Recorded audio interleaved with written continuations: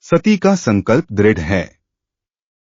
वह योगाग्नि में ध्यान लगाते हुए कहती हैं, मैं अपमान सहन नहीं कर सकती, यह पल अनमोल है। ध्यान में लीन प्राण को सहस्रार में स्थिर कर सती ने योगाग्नि को जगाया। उनकी देह का त्याग पर मन शिव में लीन रहा। सती के त्याग ने यज्ञ मंडप में हाहाकार मचा दिया। देव ऋषि सभी भयभीत हैं। क्या अब शिव का क्रोध फूटेगा? जैसे ही शिवगणों को सती की मृत्यु का समाचार मिलता है, वे यज्ञ स्थल पर धावा बोल देते हैं। नैतिकता का संघर्ष शुरू होता है। भयंकर संघर्ष होता है। शिवगण और यज्ञ रक्षक आमने सामने हैं। इससे होने वाले परिणाम का अंदाजा ही करें। इंद्र और देवता चिंतित हैं। यदि शिव का क्रोध शांत नहीं हुआ तो सृष्टि का संतुलन बिगड़ जाएगा।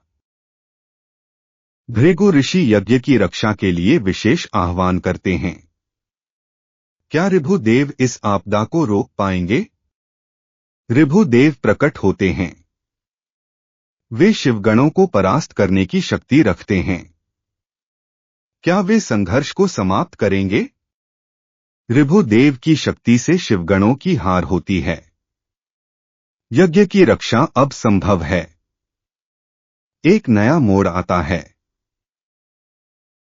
यज्ञस्थल में शांति वापस लौटती है, लेकिन सबके मन में एक प्रश्न है, क्या शिव का क्रोध बुझा है?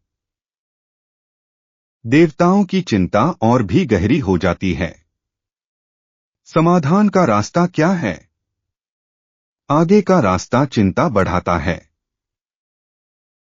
इस विध्वंस ने सृष्टि की व्यवस्था को हिला दिया है। सभी जानते हैं कि अब शांति साधने का समय है। सती का त्याग केवल एक क्रिया नहीं, बल्कि स्वाभिमान और श्रद्धा का प्रतीक है। क्या आप इसे समझते हैं? योगाग्नि में सती का बलिदान दर्शाता है कि श्रद्धा के लिए बलिदान सबसे बड़ा है।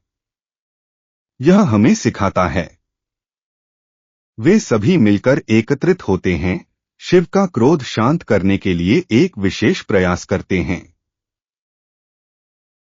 सभी देवताओं की एकता और उनकी शक्ति मिलकर सृष्टि का संतुलन बनाए रखने का प्रयास करती है। यज्ञ स्थल का यह विघटन हमें सिखाता है कि क्रोध और हिंसा से उत्पन्न असंतुलन भयानक हो सकता है। समर्पण, अपमान और उनकी कड़ी परिभाषा हमें हमेशा याद रखनी चाहिए। यह जीवन का एक सबक है। सती का त्याग केवल एक कहानी नहीं, यह जीवन का एक अनमोल संदेश है। आपके विचार क्या हैं?